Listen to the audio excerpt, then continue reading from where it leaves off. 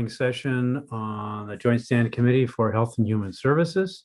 We'll be hearing 5 bills this morning, and I will describe them as occurring in 1557 will be first, 1528 second, 1543 next, 1553 fourth, and 1547 will be last. Okay. If you'd like to watch us as well as listen, you can go to the YouTube channel. You find that by going to legislature.maine.gov, looking under Health and Human Services in the drop-down for the committee, and clicking on the YouTube link. Everything we've done has been recorded, as will be this session, and you're welcome to go back and view those old ones. We continue to have daily technical issues, so don't be surprised if one of us has to turn off a video or we struggle with some audio. It just happens on a regular basis, so I ask that you be patient with us. We'll get it figured out. We have so far. My phone is on mute. We've talked about no content in the chat, and everybody's good about that. So we'll be hearing testimony today. There'll be a 3-minute clock, and ask that you stick to about 1.5 pages of typed material. The sponsors and any co-sponsors will speak first, and then we'll hear from anybody who wants to speak for, against, or neither for nor against for the bills. So let's go and introduce ourselves, and we'll start with Representative Zager. Good morning. Thank you, Mr. Chair. Hello, everyone. My name is Sam Zager. I represent District 41. Let's mute some of these. Representative Zager, you're on again. My name is Sam Zager. I represent District 41 in Portland. Good morning, everyone. Good morning. Representative Lemlin. Good morning, everyone. My name is Michael Lemlin. I represent District 88, Chelsea, Jefferson, Whitefield, and half of Nobleboro. Representative Stover. Good morning, Holly Stover. I represent House District 89, including the towns of Boothbay, Boothbay Harbor, Southport, Edgecombe, Westport Island, and part of South Bristol. Representative Perry. Good morning, I'm Ann Perry. I represent House District 140, which includes the communities of Indian Township, Baileyville, Barron, Calais, Charlotte, Robinson, Perry, Pembroke, and Pleasant Point. Representative Craven. Thank you, Mr. Chair. Good morning. I'm Margaret Craven, and I represent House District 59, which is part of Lewiston. Representative Madigan. Good morning. I'm Colleen Madigan. I represent House District 110, which is part of Waterville and part of Oakland. Representative Griffin. Good morning. My name is Abigail Griffin. I represent House District 102, which is Glenburn, Levant, and Candace. Senator Moore.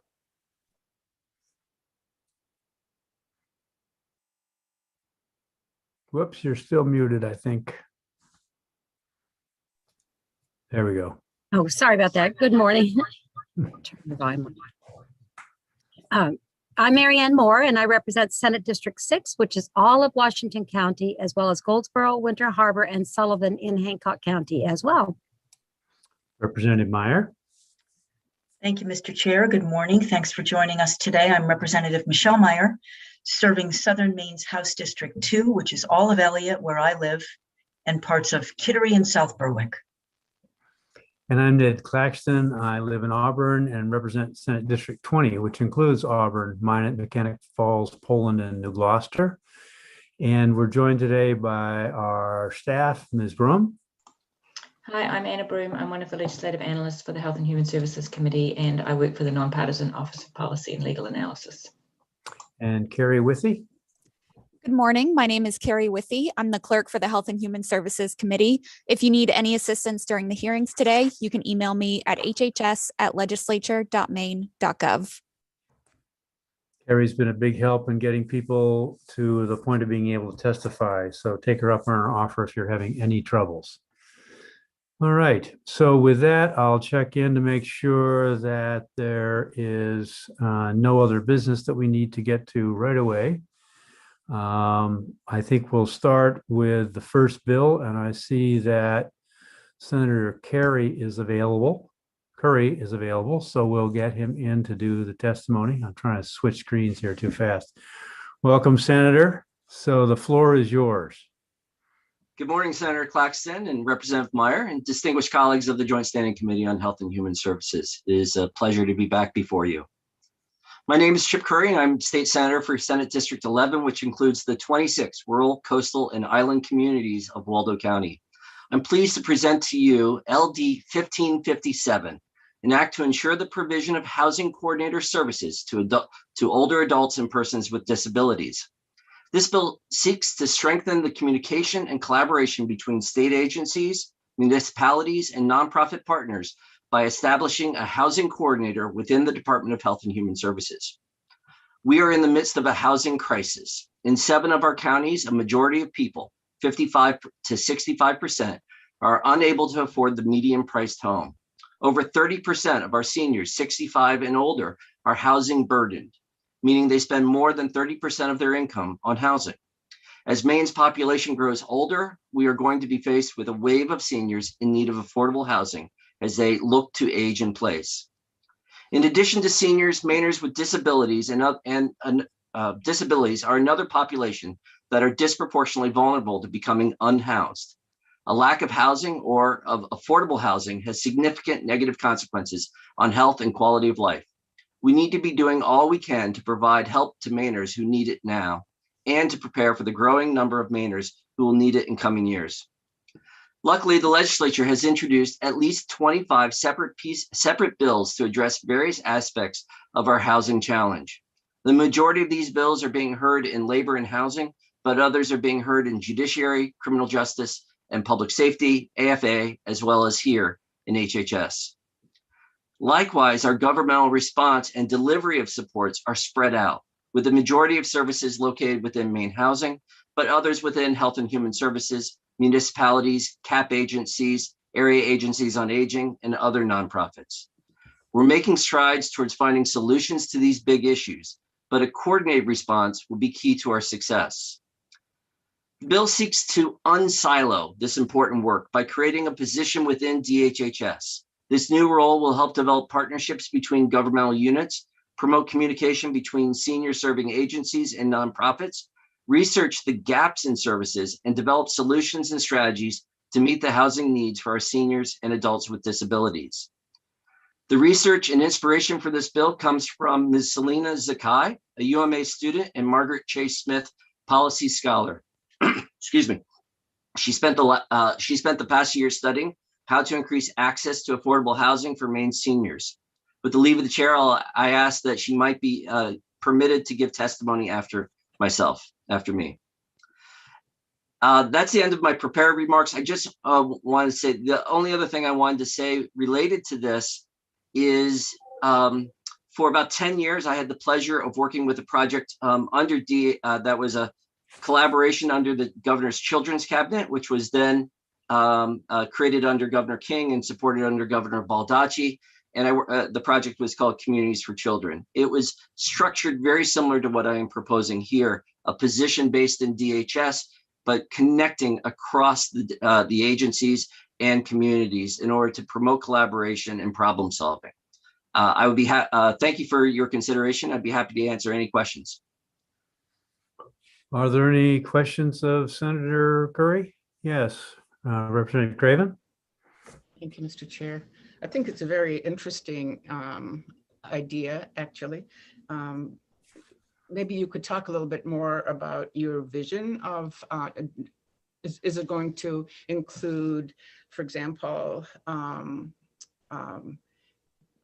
home-based care kinds of services and other kinds of direct care services, or what?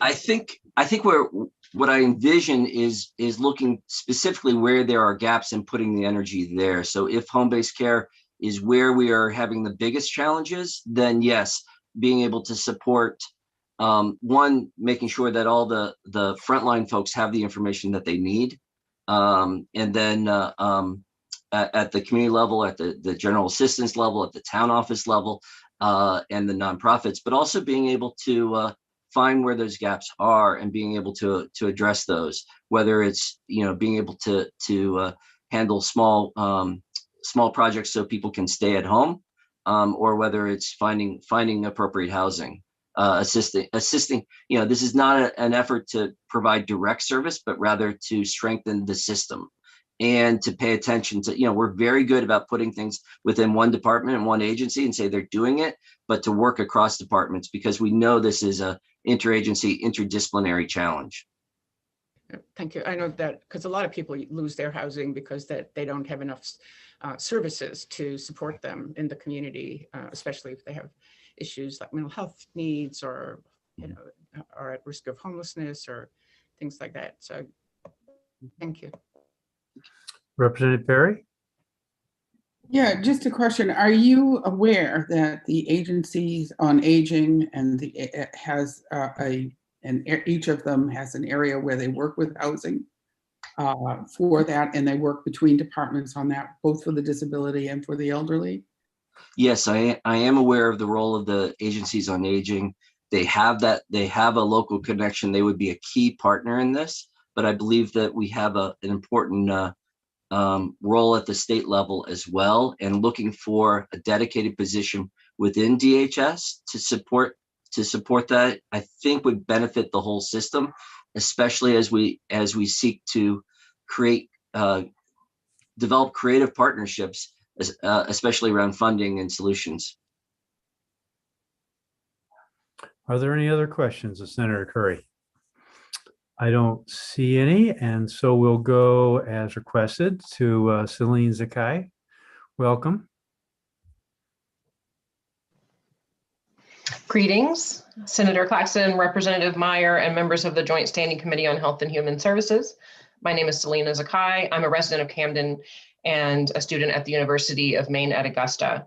I'm providing testimony in support of LD 1557. Last year, I had the honor of representing my university as a Maine policy scholar, a collaboration with the Margaret Chase Smith Policy Center, and I researched the role of state policy in increasing access to affordable housing options for Maine seniors. I attached the resulting memo when I submitted my testimony. As most of you know, Maine is the oldest state in the country, and current projections indicate that the percentage of seniors will continue to increase, while the percentage of working age adults will decrease in coming years. In my research, I was shocked to discover that there are communities in Maine where 70% of seniors are housing burdened. According to a 2020 report from the DHHS, we're facing a shortage of 15,000 affordable units available to seniors by 2022. So this is a large and growing problem. Since building new affordable units is the most expensive way to provide housing and the cost is the highest in rural areas, I believe we need to focus on expanding and developing programs that utilize existing housing stock and allow seniors to remain in their own homes. But for small scale programs like this to work, we have to ensure that the right people know about them. Town offices are often the first place people will go to seek assistance. Therefore, it's imperative that towns and municipalities are able to access accurate, up-to-date, comprehensive information about the resources available in their communities. However, when a task force comprised of multiple municipal officials convened in 2019 to brainstorm solutions facing Maine seniors, they emphasized that frontline staff don't know what they don't know. A statewide housing coordinator could work with Maine Housing, the CAP agencies, area agencies on aging, and others to compile comprehensive lists of available services at the local level to ensure consistent, accurate information is available to those who need it. This would address an immediate need and also aid in the future program development. In addition to improved communication and information sharing, this coordinator could work to support partnerships to explore ways that various entities could work together across silos to access funding and collaborate towards shared goals. Please support LD 1557 and ensure that Maine seniors and persons with disabilities can access the best housing information and service possible, no matter where they go for help. Thank you so much for your time, and I'm happy to answer any questions. Thank you for your efforts and your testimony. I see a question from Representative Zager. Thank you, Mr. Chair. Ms. Zakai, thank you very much for putting in all the hard work as a policy scholar. And I very much appreciate Senator Curry for introducing this bill, because I like many others, agree that housing is essential, and I do see the link between housing and health, and so I see the connection to DHHS. My question is the proposal is essentially a hypothesis. You're supposing that this would work, or this could work. In your studies, do you see evidence in other states or in other indications that this not only makes sense intellectually, but that it actually works, or that it has that evidence behind it? Sure. So I worked closely with people, directors and leaders of various agencies, and former directors of some state agencies in my research. And there was overwhelming support for this idea of having someone whose primary role is to support partnership.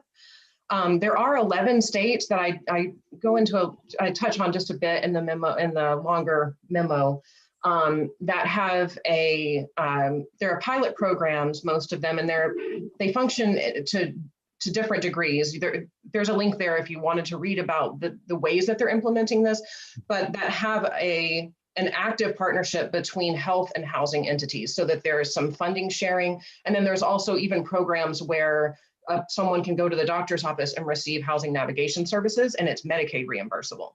So there are some models there about bridging that gap between these agencies, the health and housing connection, that I think are worth looking at. And then just in terms of collaboration in general, it really seems that that's, most nonprofits partner with others to, for funding and for advocacy work, and to implement really complex programs, to innovate. And so I think there's some good evidence there in terms of the benefit of collaboration.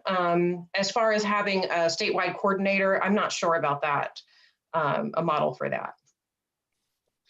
Well, I really appreciate the work. I'm going to have to dig more into the memo. I've read your testimony, and I appreciate all the work that you've done on this really important issue. Thank you. Thank you so much. I don't see any other questions. Well, thank you for being here and taking the time out this morning for both of you to present and to support this bill. I don't see anybody testify against, or neither for nor against. So that'll conclude the public hearing portion of our consideration of LD 1557. And we'll move on from there. Thank you both for being here. Thank you so much for your time. Next, we'll go to LD 1528. And our own Representative Stover will be presenting. So be thinking about any questions you want to ask her. Thank you. Good morning, Senator Claxton, Representative Meyer, and esteemed colleagues of the Health and Human Services Committee. I am Holly Stover, and I represent House District 89. And I'm here today to introduce LD 1528, a resolve directing the Department of Health and Human Services to adjust reimbursement rates for certain home-based services. The bill before you today is divided into 3 sections. And if you'll bear with me, I'm going to go through each section. First, it directs the department to implement a 39% increase for registered nurses and LPNs for both Section 19 and Section 96 of the Main Care Benefits Manual, as well as under the provision of Rule 5, Office of Aging and Disability Services Policy Manual, Section 63. While reimbursement rates for RNs and LPNs providing services under these sections were increased in 2018, those increases were based off the 2016 Burns rate study. This means that the data used to calculate those increases was gathered by Burns and Association in 2014. So here we are in 2021, still reimbursing services based on 2014 data. And the providers are having an extremely difficult time attracting and retaining nurses. This in turn means that patients are going without needed nursing services because of staffing shortages. A rate increase that sets reimbursement amounts at a level commensurate with today's cost of operation will help providers that are struggling with these challenges. Section 2 also directs the department to index the reimbursement rates for home-based services provided under Rule Chapter 101, Main Care Benefits Manual, Chapters 2 and 3, Section 40, to the Medicare Low Utilization Payment Adjustment Rate. Indexing Section 40 reimbursement rates to the Medicare LUPA rate more closely aligns reimbursement to providers' cost of delivering home health care, while also providing a mechanism for regular rate adjustments without coming back for a rate increase for Section 40 year after year.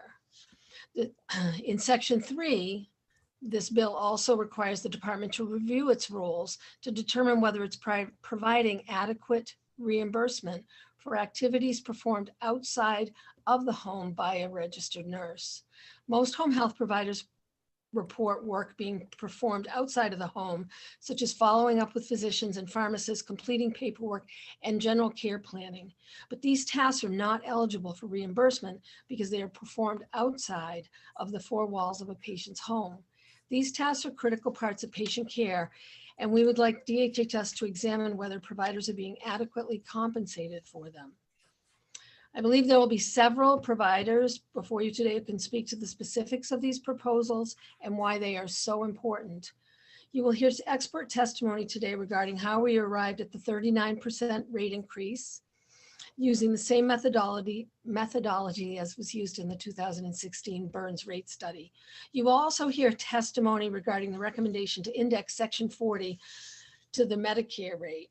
This recommendation aligns with DHHS's Comprehensive Rate System Evaluation Interim Report released in January of 2021, as you know.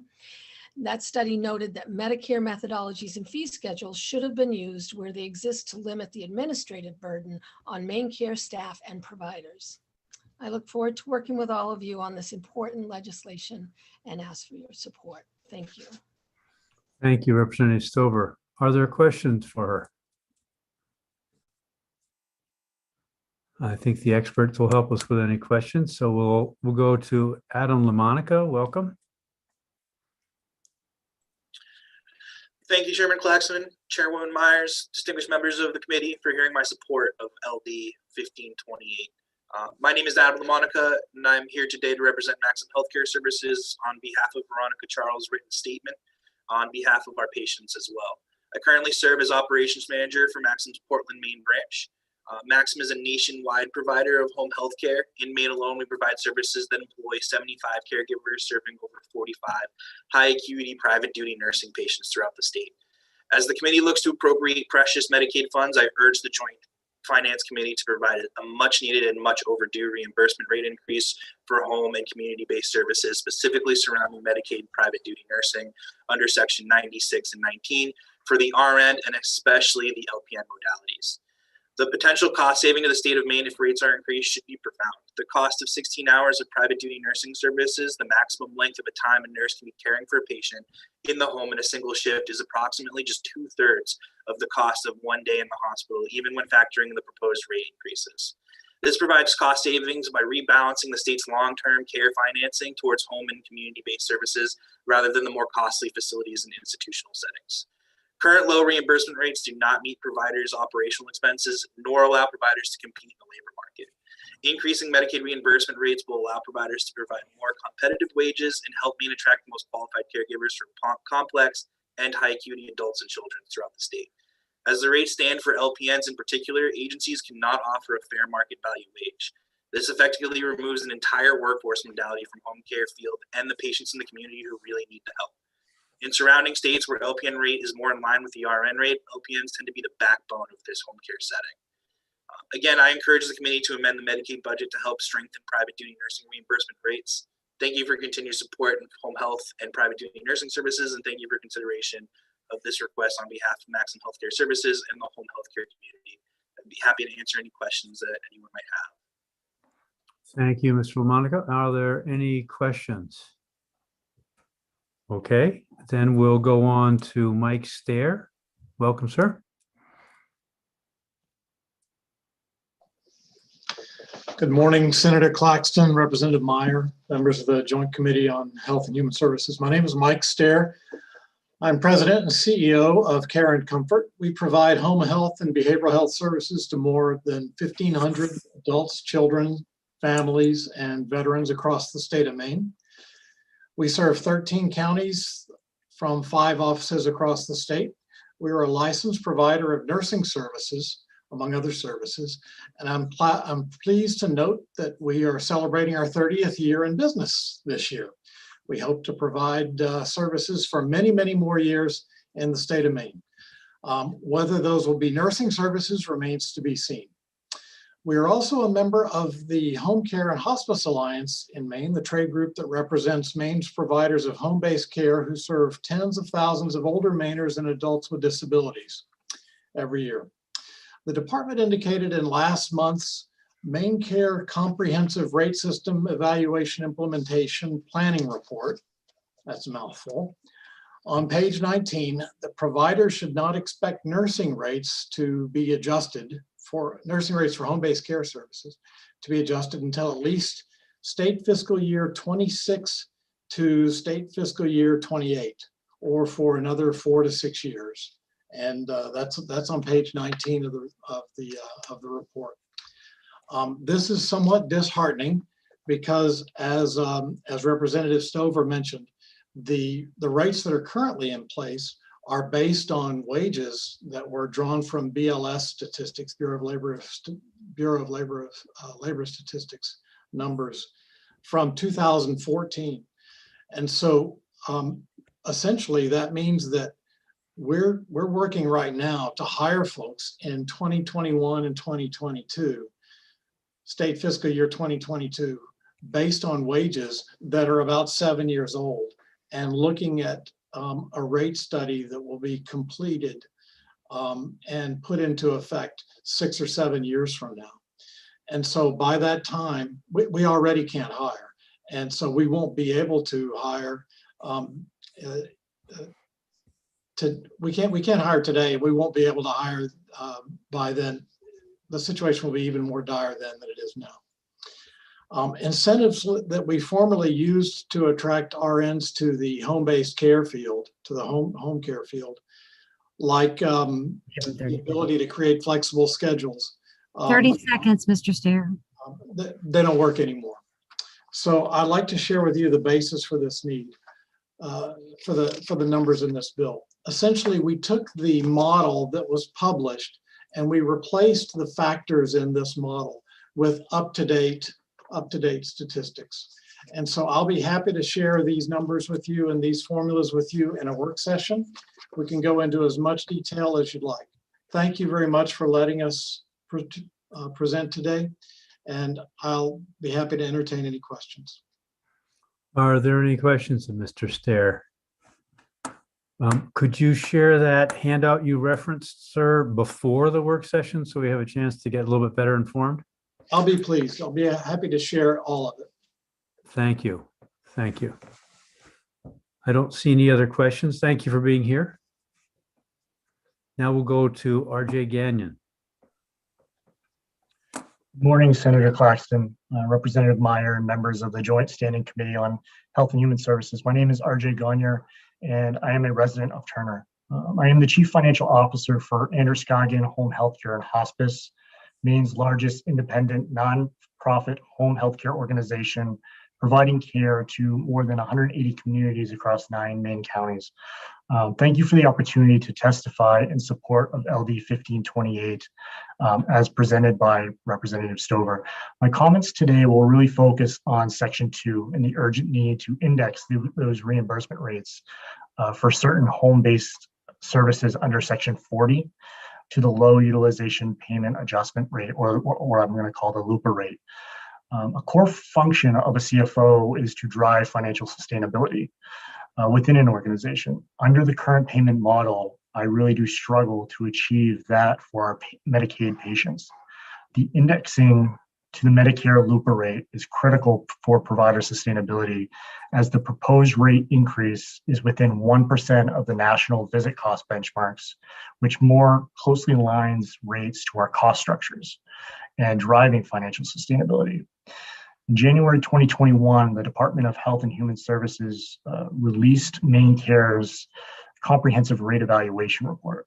Listed on page 7 of this 150-page report were recommendations. One of those recommendations was to use the Medicare methodologies and fee schedules where they exist, which may limit administrative burden for MaineCare staff and providers. These methodologies are also updated annually and provide a logical and tested basis for these rates. I'm encouraged to see the state of Maine consider the precedents set by other states, including Washington and Colorado, and others, with indexing the Medicaid rates to the Medicare LUPA rate. This change comes at a very critical time, as we've heard earlier. Maine is the oldest state in the nation, which oftentimes really does translate to increased demand for services, especially in the home-based service line. Indexing will allow providers to really focus their energy in providing patient care, not arguing for fair payment or really negotiating these rates every few years. Representative Stover, I really appreciate and thank you for sponsoring this critical bill for our industry. This really does ensure that Mainers can continue to have access to the quality care in the safety and comfort of really their own homes. Thank you. Thank you. Are there questions? Could you help me better understand LUPA rate? I understand the words. Sure. So LUPA really is a period of how many visits can an overall episode be in home health specifically. There are specific thresholds that trigger whether it is a full service of care, or if it's under that total threshold for visits, it becomes a LUPA payment, which means you get paid less for the services you provide, even though you're providing a specific cost to provide the service to a specific patient. Okay, thank you. That helps. Any other questions? I don't see any. Thank you for being here. And we'll move on to Susan White. Welcome. Thank you very much. Senator Claxton, Representative Meyer, and members of the Joint Standing Committee on Health and Human Services. My name is Susan White. I'm a resident of South Portland, and I'm the Administrator and Director of Nurses at Core Health. We're a home health agency that provides in-home RN and LPN care to children and adults throughout the state of Maine. I appreciate the opportunity today to testify in support of LD 1528 as presented by Representative Stover. Home health improves patient lives by providing customized care plans to meet the individual needs in the comfort of their homes. We help family members retain employment opportunities by providing safe alternatives to meet the medically complex need of their loved ones in their absence. We care for clients with chronic debilitating illnesses. Many of them have serious medical conditions that result in impaired physical and cognitive status that requires extensive, skilled, hands-on care. Our patients may require extraordinary supervision, critical assessment for early detection of developing health issues, and life-saving medication administration. Medically complex clients are often reliant upon around-the-clock staffing to provide safe, continual care. Our dedicated RN and LPNs educate, advocate, assess, and provide interventions that promote health and well-being to our clients, many of whom are children and young adults. By keeping them out of institutionalized settings and helping them remain in their home, we're maximizing their overall well-being and minimizing the overall cost of care. Client needs range from basic activities of daily living, such as toileting and bathing, to more skilled needs. These needs, such as seizure management, feeding tube maintenance, medication administration, airway, ventilation care, and several other interventions, are customarily delivered in acute institutionalized settings, such as hospitals or nursing facilities. As an example, a medically complex client may have a respiratory issue, which is the qualifier for RN services in the home setting. The RN who's in the home is able to meet the needs for frequent respiratory assessment and provide interventions such as suctioning, chest percussion, administration of nebulizers or inhalers, trach care, oxygen administration, pulse oximetry monitoring, vital sign assessment, and frequent communication with the physician. The RN may be able to obtain orders for medication or treatment changes. 30 seconds, Susan. To treat infections and improve respiratory function. The ultimate goal is to keep the client in the home and out of the hospital. It has been and continues to be a hardship for our agency to recruit and retain these essential caregivers. We cannot offer competitive pay rates to RNs and LPNs who are interested in pursuing home health careers. We frequently lose applicants after the interview is complete because we cannot match offers being made by long-term care and acute care facilities. Candidates are often surprised upon learning of pay discrepancies in home health, as our compensation is not equitable to other settings. Our nurses obviously face many challenges in home settings that are not faced in other settings, such as travel, risk of violence, inappropriate or lack of equipment. And we really need to be able to offer our staff competitive pay and benefits in order to recruit and retain qualified staffing to continue to support clients in their home. Thank you. Thank you. Are there any questions? Looks like I'm the designated. Yes, Representative Lemelin. Thank you, Senator. I have one question I probably should have asked earlier too. What percentage of your clients are main care as opposed to regular insurance? Do you have that number? Yeah, our main care client base at Core Health is roughly 99%. We tend to help provide care to lower income clients. We have not pursued private pay models. This is really a population that is in significant need of help, and there's a lack of resources and lots of entities that are just unable to afford to be able to provide services. Okay, thank you. My question is about return on investment. It's I'm not comfortable going there, but I need to ask, we're hamstrung in trying to assess programs or bills that are offered up because we can't do if-then budgeting. We can only account for the dollars that are committed. We can't factor in what might be coming. Is there a body of knowledge or some scientific studies that show that preventative in-home care is how that impacts inpatient services? I understand on the one-on-one basis, but is it on a population basis? Has that study been done? So as far as the effects of clients being maintained in their home setting? Yeah, being maintained at home, yeah. Yeah, I'm sure that there have been studies that have been conducted, and I certainly could look and search for some information around that to forward to you for review. Certainly from a psychological perspective, what we find is clients are happier in their homes. There's a lot less depression, mental health issues are a lot less when you're being cared for in your home setting versus a nursing home, for an example. There's a lot of impacts, some of which are financial, some of which are physical, some of which are mental. And then certainly, there's profound effect on family members when they're needing to make these really challenging decisions for their loved ones as well. Mm-hmm. And what we need to do is talk amongst ourselves as a committee, and then we need to pass that on to the Appropriations Committee. And then we've got to get it by our colleagues in the chambers and then the governor. So I'm just looking for some supporting documents that would help us make the case even better. Absolutely. I'm sure we can come up with some things for you. And I didn't mean to saddle you with that. Some of the other speakers may be able to contribute in that, but it's a big, thank you very much. Thank you. All right, I don't see anybody else here who's to testify related to LD 1528. So that'll conclude our consideration of that. I forgot to ask last time, I'll ask this time about whether there's any information that you all would like from Anna or have available at the work session.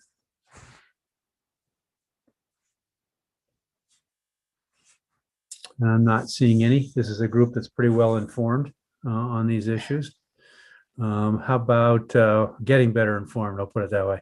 How about for the prior bill, 1528? I assume somebody would have spoken up if they had a particular question for Anna. Okay, well, that'll conclude our public hearing work on 1528.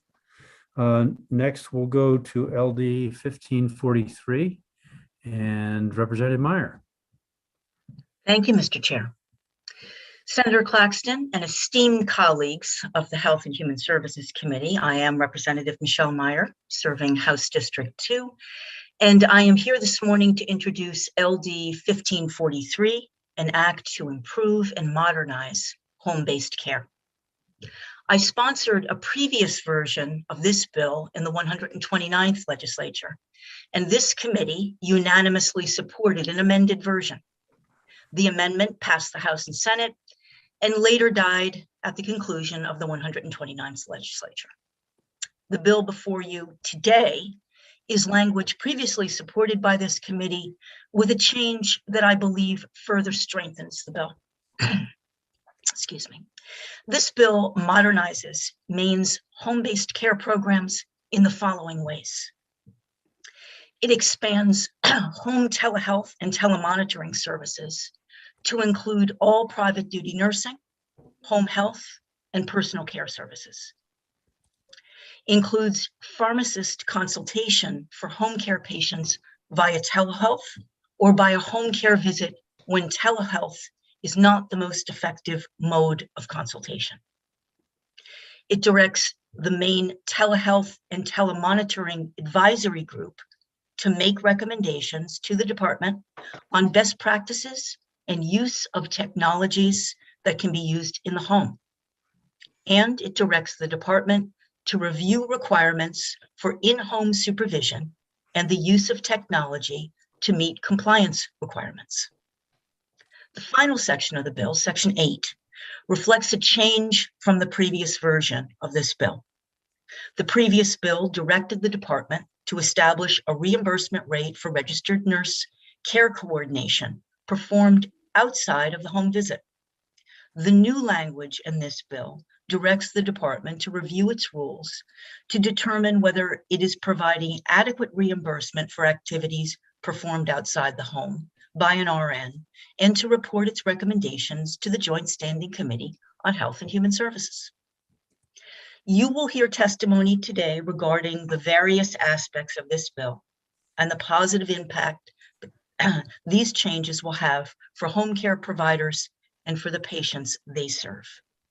I look forward to working with all of you on this important legislation and ask your support.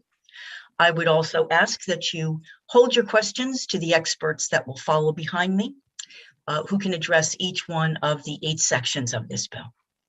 Thank you very much for your consideration of LD 1543. Thank you for bringing that forward for consideration. We have some experts lined up. We'll start with Joe Barisi Saucier. Good morning, Senator Claxton, Representative Meyer, and members of the Health and Human Services Committee. My name is Joy Baresi Saucier. I'm from Presque Isle, Maine. I'm offering testimony in support of this bill in my role as Executive Director of the Heuristic Agency on Aging and as a member of the Home Care and Hospice Alliance of Maine. As we age, we want to make our own decisions and live independently. And we know that when we age in our home community, we contribute our knowledge and talent to make our community stronger. Through over 20 programs and services, the Agency on Aging here in Aroostook provides support to many homebound individuals through community support programs such as nutrition, transportation, and information and assistance. In addition, our consumers may require home-based care, including personal support, which is provided by personal care agencies such as the Aroostook Agency on Aging. With the challenges posed by the pandemic, the agency continued to provide all services, including personal support, because of our ability to leverage technology.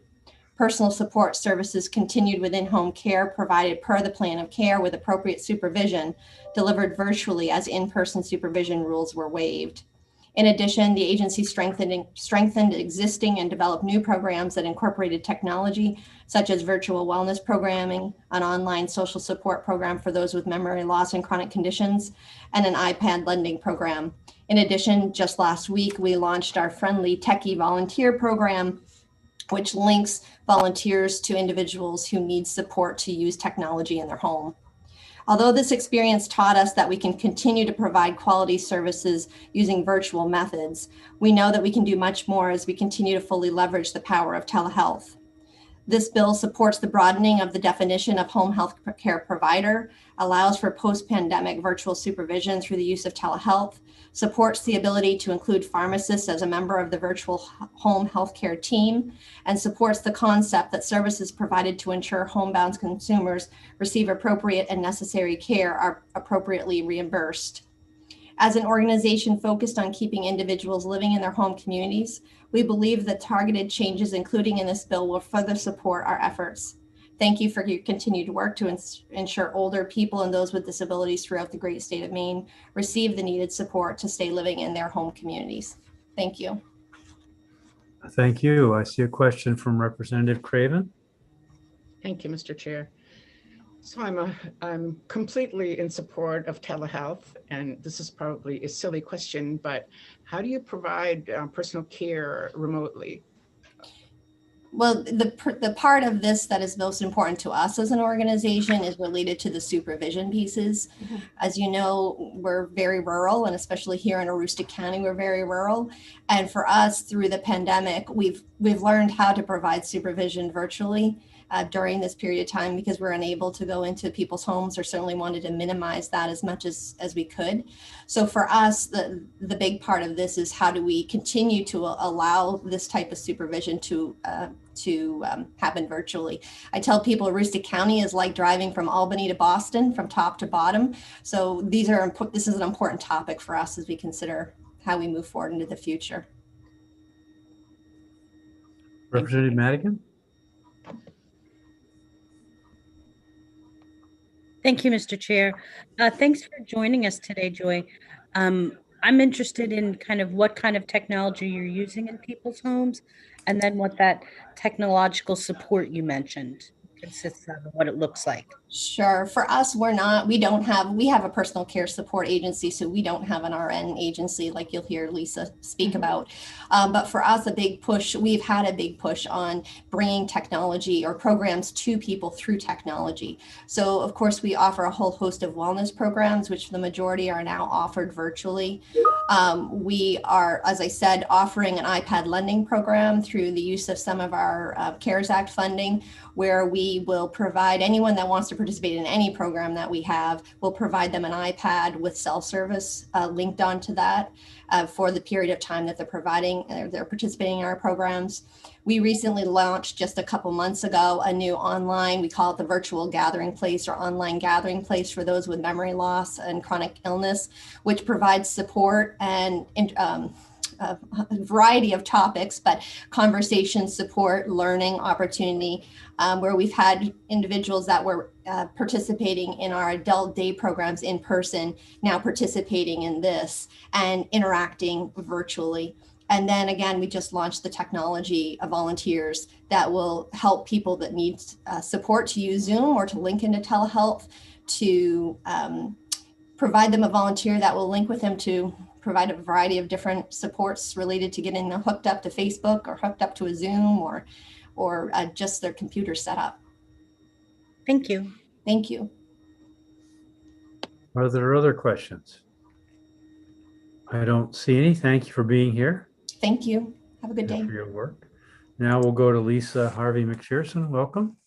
Thank you. Good morning, Senator Claxton, Representative Meyer, committee members. My name is Lisa Harvey McPherson, and I'm speaking in favor of this bill today in a dual role. I'm speaking on behalf of the Home Care and Hospice Alliance of Maine, as well as Northern Light Home Care. I have the honor of chairing the Government Affairs Committee for the Alliance. I also want to share with you, we intentionally identified a few individuals of our membership to speak on this bill and the previous bill that you heard. The limited number is in discretion to the workload that you all have. The bill before you today, as well as the previous bill, represent unanimous support amongst our members. So if I do bump up against the 3-minute time clock, I apologize. My goal today is to walk you through the bill, how the bill was developed and what the bill does. We met as an alliance after the citizen-initiated referendum to create a universal home care benefit was not voted down by the voters. And what we heard, the voters were very much in support of home care. The challenge was the funding mechanism related to that referendum. So we, across our membership, strategically thought, if we wanted to modernize the home care benefit, what would that look like? And I want to thank Representative Meyer for submitting this bill twice on our behalf. As you've heard a lot in Joy's comment, Section 3 of the bill talks about extending home telemonitoring and telehealth technology to all of the chapters of home care. Today, telehealth is a Section 40 benefit, and visits are typically a Section 40 benefit pre-pandemic. Today, because of the pandemic, private duty nursing, home care, and as Joy explained, for personal care services in terms of supervision, we are providing those services. Our goal is to take all of the chapters of home care, make it very clear, technology is a supported service, both for visual and telemonitoring.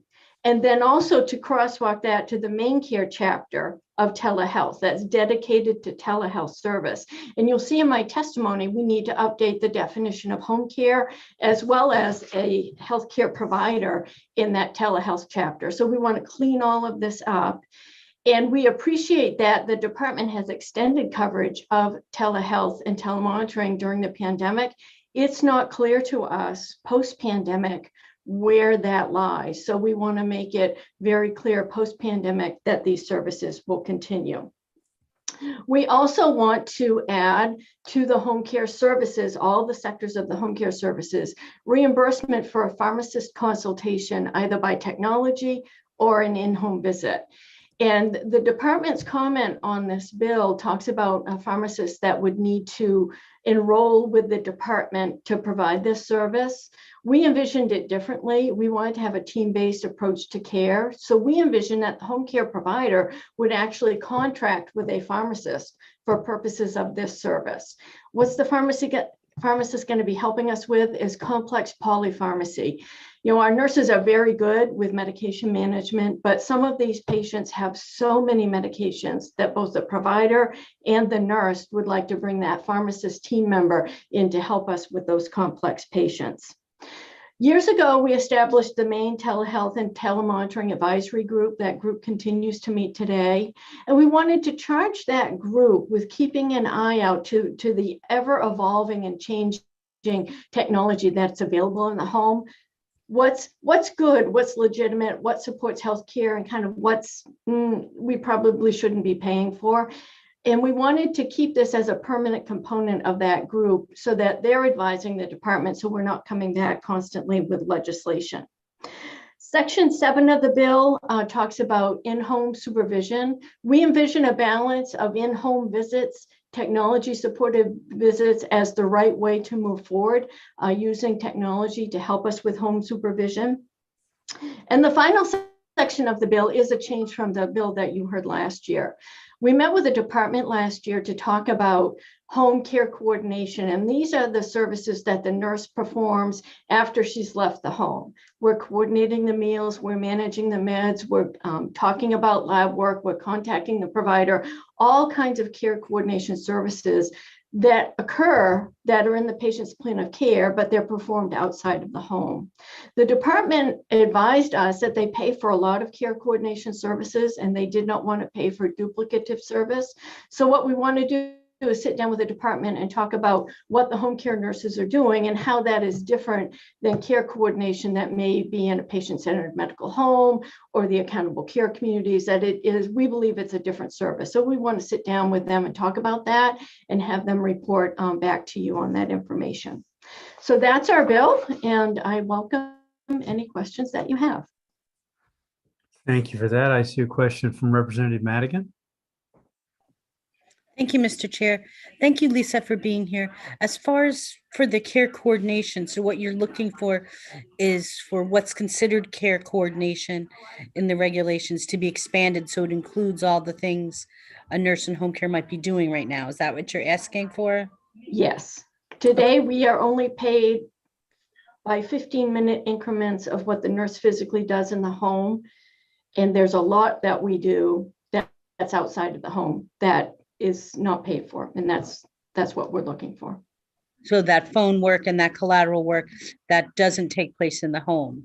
Right. Right. Correct.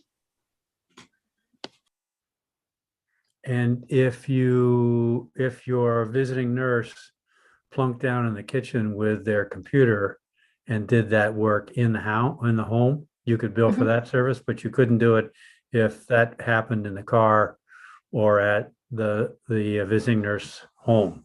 Exactly. Okay. And as much respect as I have for all of my physician and provider colleagues, they don't always call us back when we're sitting in the patient's home. So Imagine that. Imagine. Who'd have thought? Right. All right. Are there any other questions? Thank you for helping us understand the bill in toto. And I'm not seeing anybody else who'd like to testify related to LD 1543. So we will move along to LD 1553, and that's to be presented by Representative Madigan.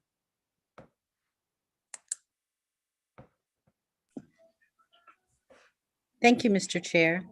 Good morning, Senator Claxton, Representative Meyer, and fellow members of the Health and Human Services Committee. I'm Representative Colleen Madigan, and I represent a part of Waterville and a part of Oakland. I'm here today to introduce LD 1553, an act to amend the law governing Maine care coverage of chiropractic treatment. Chiropractors in Maine are not currently able to be reimbursed for their full scope of care under the Maine Care program.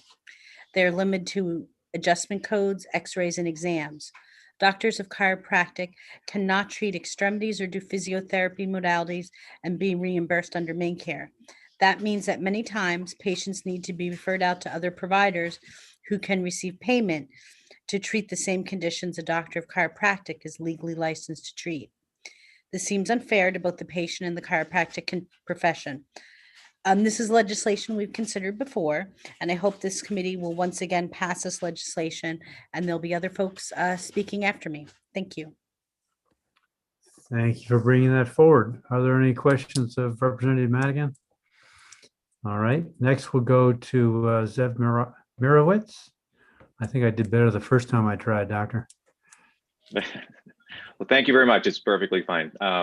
Senator Claxton, Representative Meyer, and honorable members of the HHS committee. My name is Dr. Zev Mirowitz. I am the Director of Health Services at Cape Integrative Health. We are a 13 provider group located in Cape Elizabeth, Maine, where I additionally reside. And my testimony today is in support of LD 1553.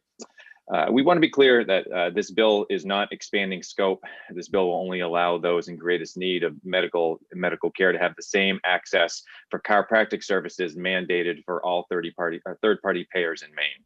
And it is needed more than ever. During one of Gordon Smith's recent Maine Rural Healthcare Collaborative presentations, he provided an interesting estimate of the total cost of the healthcare system for one opioid addicted hospital admission to be approximately $500,000. Governor Mills' most recent report on the opioid crisis revealed a 25% increase in overdose related deaths. And at 503 cited for 2020, the annual opioid crisis is exceeding COVID-19 deaths for the same year for the state of Maine. All standard medical algorithms recommend conservative care for musculoskeletal pain prior to opioid utilization, and yet our neediest populations can't afford the cost of care for chiropractic services due to current financial discrimination. If this bill prevents one person in pain from falling down the path of addiction, it will have not only paid for itself, but additionally save resources for other areas of need. I applaud Governor Mills' actions on this topic and expansion of treatment options, and this bill adds to current efforts by providing a cost-effective means of preventing opioid addiction through greater access to treatment prior to addiction.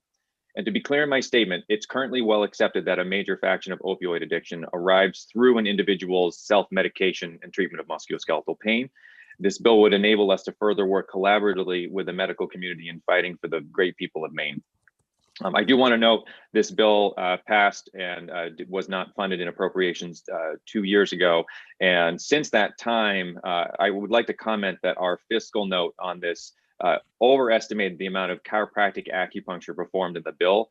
Approximately half of the state's estimated $257,000 as the state's responsibility estimated for 2021 included the performance of chiropractic acupuncture, which was estimated to be in each treatment session. Out of the 364 active chiropractic licenses in Maine, only 12 of them have the chiropractic acupuncture authority that would allow them to perform this procedure. So I think that number is a bit overstated. Additionally, since this bill was last heard, Medicare is now covering the performance of acupuncture for chronic low back pain, and this can ameliorate any concerns of federal not covering that particular service. I please ask you to vote to pass for LD 1553, and I'm happy to answer any questions you have at this time. Thank you, sir. I'm not seeing any questions. So we'll move on to John Royce. Welcome. Thank you. Senator Claxton, Representative Meyer, distinguished members of the Health and Human Services Committee. My name is John Royce, and I'm here representing the Maine Chiropractic Association. LD 1553 is parallel language to the committee amendment that was passed by a majority of this committee in the first regular session of the 129th Maine legislature. That bill was sent to the appropriations table where it was held over to the special session of the 129th. Then COVID hit and it died on the table along with just about all the other bills that were there at that time. Doctors of chiropractic treat the same conditions a host of other providers treat. The problem is under Maine care, chiropractors are not reimbursed for all services they are legally licensed to perform. Reimbursement is limited to adjustment codes, exams, and x-rays. Rehabilitation, physiotherapy, modalities, extremity care, those things are not covered.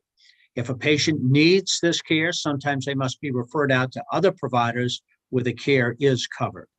This is not fair to the patient who could easily be treated in one chiropractic location. And I will be attending the work session. Thank you very much. Thank you very much. Representative Zager. Thank you, Mr. Chair. Mr. Royce, thank you so much for coming today. Appreciate what your members contribute to conservative treatment and overall wellness of people. Can you, for the benefit of the committee, can you please elaborate on what is meant by, in your testimony's context, rehabilitation, physiotherapy, modalities, and in particular extremity care? Is that like for lymphedema or, I'm just wondering what exactly you meant by those three terms. Well, I'm probably not the best one to answer that. The executive director, Bob Reed, will be speaking. Also, you have Zeb Meyerowitz that might be able to tune back in and talk. He's a clinician, so he might be able to talk about the particulars. But I mean, chiropractors use hot packs, cold packs, different exercises, things of that nature. But a clinician could speak to the specifics better than I could. Thank you so much. I'll maybe Dr. Meyerowitz, if the chair would. Dr. Meyerowitz, can you help us with that? Yeah, I'm sorry, Representative. Could you please repeat the question just so I heard you fully? Sure. Yeah. Thank you. So Mr. Royce, in his testimony, said that reimbursement for chiropractors does not occur for things that they're licensed to do, such as rehab, physiotherapy, modalities, and extremity care. So rehab, physiotherapy, modalities, and extremity care in particular were called out in the testimony. I'm just for the committee's benefit, wondering if you could elaborate on what is meant by those.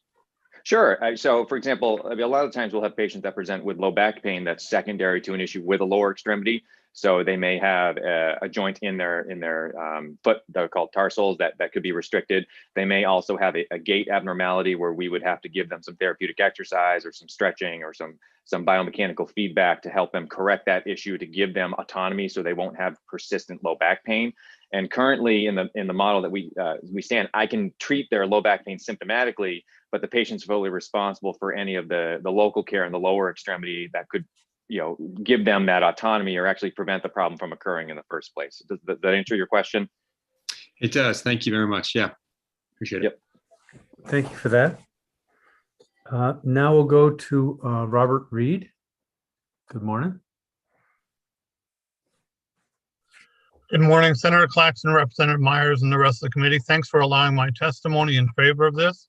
I'm the Executive Director of the Maine Chiropractic Association. We are celebrating our 99th year as an association this year, a big celebration next year for our 100th. I'm going to skip some of my written testimony that you already have and just talk about a few important points. First of all, when we talk about the physical rehab modalities, these codes are the same codes that physical therapists use for the most part, and they are reimbursed them, but chiropractic is not. A lot of that stems from the old Medicare days where MaineCare followed Medicare standards. Medicare didn't currently allow for those for a chiropractor. Currently before the US Congress, HR 2654, the Chiropractic Coverage Modernization Act, is being considered to correct that. And we hope that will succeed. In addition to the physical therapy, as Dr. Zev Meyerowitz mentioned earlier, acupuncture, I believe, was overstated in the fiscal note 2 years ago under LD 154 because they assumed the same number of acupuncture treatments as there were manipulative treatments. And that's just not correct, with only about 30 people doing acupuncture versus 360 active providers. So I think the fiscal note was way overstated. I haven't been able to see the fiscal note for this bill yet. I assume they're just over flooded with work down there and haven't gotten it out yet. But I would ask that when you workshop this, if you could look at that fiscal note and understand that if it's as what it was 2 years ago, it's probably not correct. In addition, acupuncture for low back pain is now covered under Medicare already, beginning in 2020. So that's no longer an issue. Lastly, when we submitted the bill 2 years ago, we agreed with this committee that voted ought to pass that the only way this would become law is if Medicare granted the waiver, or rather CMS granted the waiver to allow for the reimbursement where Medicare doesn't pay for it. And that's the same as we did with office visits 4 years ago. And we would agree to that stipulation today as the only way this passes is if the waiver is approved when DHS makes application as part of the law. I thank you for that, and I'm open to any questions you may have at this time. Thank you for bringing up several of those points. One of the things we can do is pass that information about the acupuncture percentage along to Anna, and she can get it to our fiscal analyst for recognition in this year's calculation. And often they don't do that until it's been clear how the committee is going to vote on a bill. So I'm sure they are busy. I don't think there's anybody underemployed right now. Are there any questions of Mr. Reed? I don't see any, sir. Thank you for being here. Thank you. I don't see anybody else who's here to testify on LD 1553. Are there any pieces of information that we should pass along to Anna that we'd like in anticipation of the work session?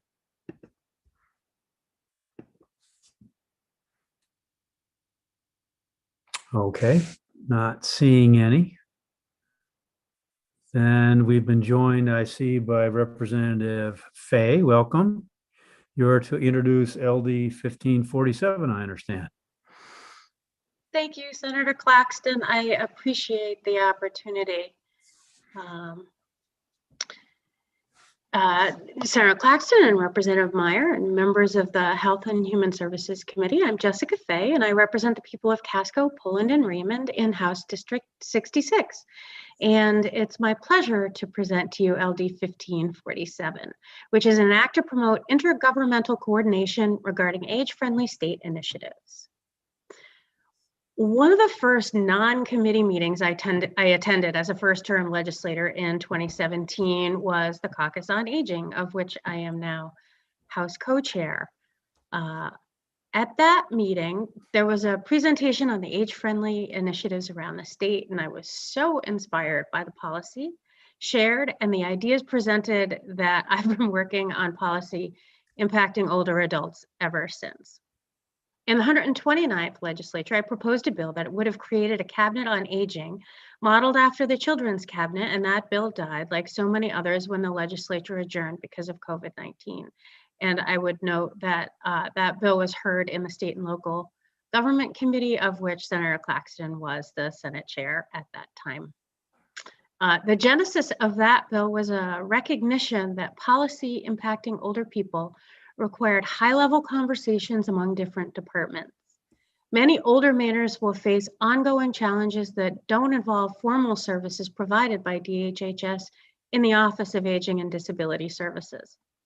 These challenges might include, but aren't limited to, accessing transportation, affordable housing, employment flexibility, workforce training, planning, legal issues, dealing with scams, access to healthy food, and social interaction. And I could talk at length about each one of these issues and how they are currently addressed by different governmental entities. But the Age-Friendly State Initiative has helped to bridge those departmental silos. It's really encouraging that Maine is thinking about the quality of life for older residents through this initiative.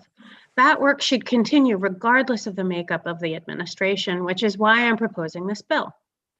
Our current structure allows for collaboration, but it doesn't codify it. I believe that the current administration, including ODES, have made good progress in trying to work across these different policy areas, and we should continue that work. It's going to take ongoing efforts to address many issues that older adults in Maine face. It was a pleasure to serve on the Age-Friendly State Initiative as part of the advisory committee, along with Senator Moore, who is Senate co-chair of the Aging Caucus, and it's been a pleasure working with her on these issues. Having a front row seat and participating in the process gave us a great insight into both the needs of Maine's older adults and the thought process behind the development of this plan. And I've included a link to the Age-Friendly State Plan that was published in January in my testimony. For this committee's information briefly, the report addresses the 7 domains of livability put forward by AARP and tailors the work suggested by those domains to Maine's unique circumstances. And I've bulleted those in my testimony as laid out in the governor's press release dated February 4th, and I won't read those. I'll let you do that at your leisure. I applaud the department for taking on this work. As Maine ages, we will definitely face challenges, but there are so many opportunities to work together across policy areas to improve our state's livability and accessibility for everyone. And this bill requires that work continue. When we make Maine a better place to age, we make it a better place to live for all of us. And I wanted to point out that the department had sent out a letter regarding this bill, and I appreciate their perspective, but one of the things I'd like to point out that the reason for this bill is to really make sure that the work that the Age-Friendly Initiative is doing continues regardless of administration or priorities of the department. I am grateful that they have taken on this work and really think it's important enough to make sure that it continues. The letter suggests they have some concerns about flexibility, and I am very happy to work with them and the committee to tweak the language so that it affords them the flexibility that they think that they need. But I do really think that making sure we say that this is important enough to keep doing it is the rationale for this bill. So thank you so much, and I'm happy to answer any questions. Thank you, Representative Fay. Are there any questions for her? I don't see any. So thank you for introducing the bill. We'll move next to Jess Maurer. Welcome. Thank you so much. Senator Claxton, Representative Meyer, and members of the Joint Standing Committee on Health and Human Services. My name is Jess Maurer, and I am the Executive Director of the Maine Council on Aging. We are testifying in favor of LD 1547. Maine really has an incredible opportunity to lead the nation in building new systems that take full advantage of our longevity era. Just a century ago, our life expectancy was less than 40 years. Today, it is 76. As we know, older people are now being active, engaged, and productive long into their 80s, 90s, and even hundreds. However, the systems we rely on to live engaged, productive lives don't always work for us as our abilities and finances change as we age. As you know, aging touches almost every aspect of life there is. Aging isn't just about health and needing services, but it's about work, creativity, and volunteerism. It's about farming, lobstering, teaching, learning, legislating, and governing. How well we age is dependent on how well our housing meets our physical needs, whether we can still engage fully in all aspects of life when we can no longer drive, whether we have access to lifelong learning opportunities, how well our communities are planned, and whether we can still earn a living to supplement our retirement savings. It also depends on whether we can use new tools to assist us in the work, play, and everyday life.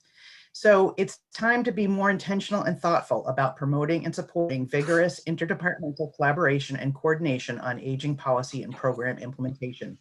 LD 1547 proposes to do just that. It codifies and continues actions state officials in Maine have already begun to have a journey to becoming making Maine an age-friendly state. We are incredibly fortunate in Maine to have state officials who've already had the forethought to know that this kind of intergovernmental work is critical for the next chapter of Maine's history. Our governor has joined the network of age-friendly states. To be clear, as the AARP states on its website, membership in the network does not mean that the community is currently age-friendly or a great place to retire. Thus, joining the network is the first step, but it does not make Maine age-friendly. What that takes is a plan, and state leaders have also convened a stakeholder process and have developed a plan called Age Friendly Maine. That plan, if operationalized, will result in Maine becoming truly age friendly. However, it must be operationalized, and to make it a plan, it needs significant details, including actors, measurement, and timeframes when those pieces of the plan will be operationalized. Thus, for Maine to actually become age-friendly, we must create an accountable system to ensure that the age-friendly state plan is implemented regardless of changes 30 seconds, yes, and shifting priorities. This concept of an age-friendly state must be embedded in our state's culture, and the work must endure as our state evolves. Codifying this intergovernmental process ensures we will actually begin adapting systems to meet the changing needs of older Mainers. For this reason, we urge you to vote in favor of LD 1547. And although time did not permit me to put in written testimony on the other bills that you've heard this morning, I do want to note that we are also in favor of LD 1528, 1543, and 1557. Thank you for that. I don't see any questions, Jess, so we'll move on to Pat Pinto. Good morning. Good morning. Good morning, Chairs Claxton and Meyer and members of the Joint Standing Committee on Health and Human Services. My name is Pat Pinto, and I am the volunteer state president for AARP Maine.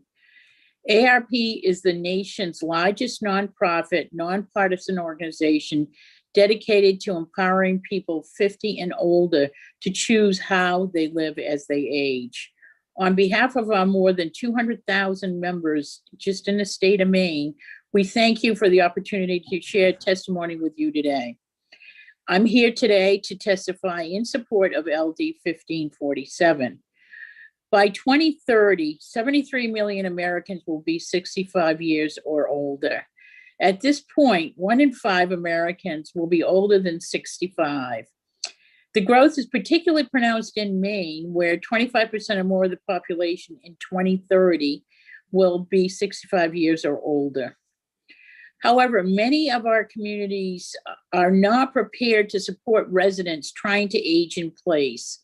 Through our Livable Communities work, ARP engages public officials, stakeholders, and residents to plan for and enact community changes that will improve the lives of older adults and people of all ages, frankly.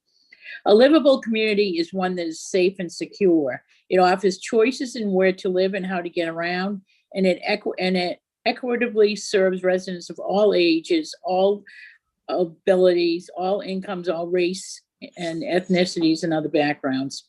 In a recent ARP Maine survey, 87% of respondents said being able to stay in their home as they age was very or extremely important. Again, however, many of our communities lack options to support people who like to age in place. In some communities, there are inadequate housing options, or the community relies on using a car as the primary mode of transportation, among other issues. The formula for making a community livable isn't particularly complex. For the most part, the features and needs are very simple.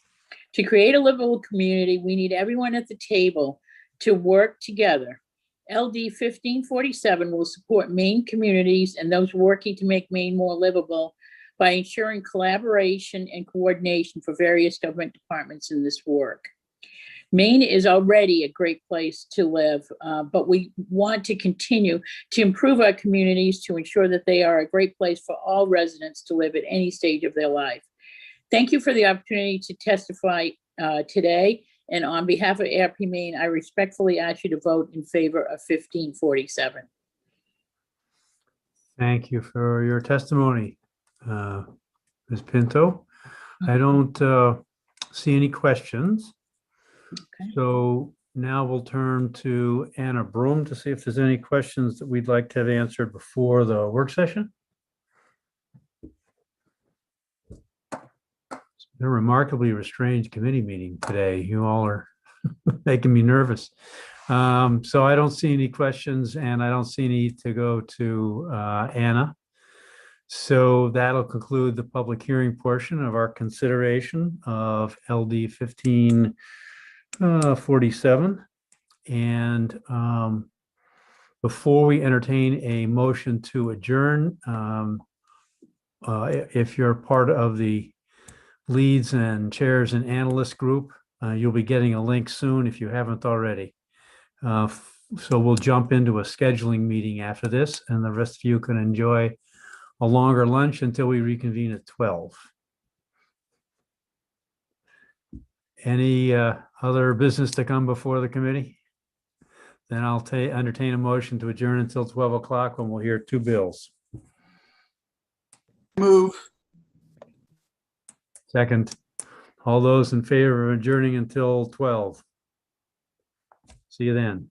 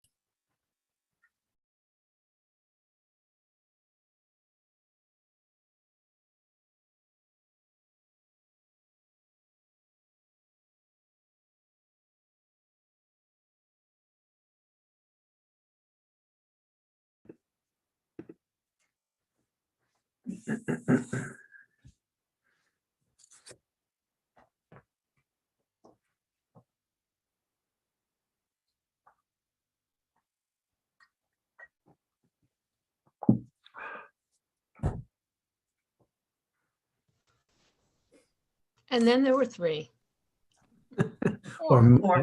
Or five. Battling some really nice weather out there. Going big.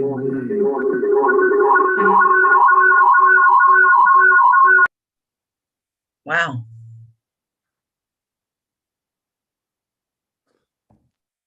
I'm getting quicker to the mute button.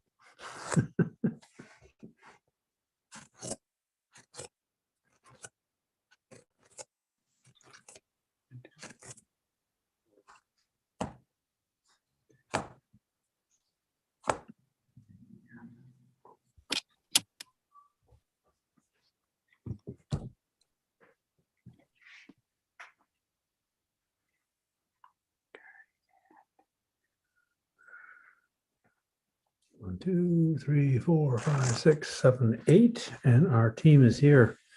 And good afternoon. It's 12 o'clock and we're back as advertised.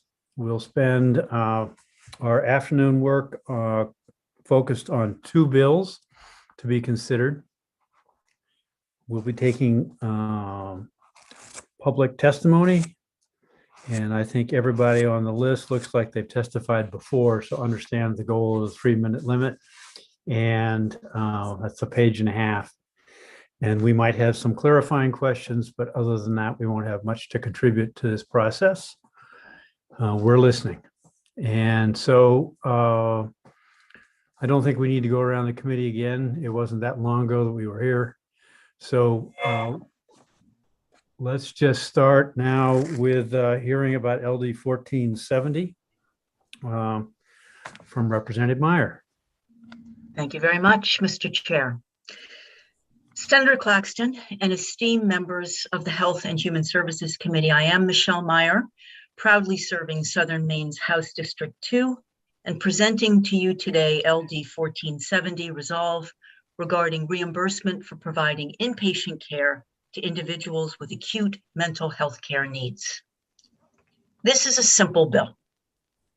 It requires the department to provide the new behavioral health beds in Sanford with a main care rate that covers their costs.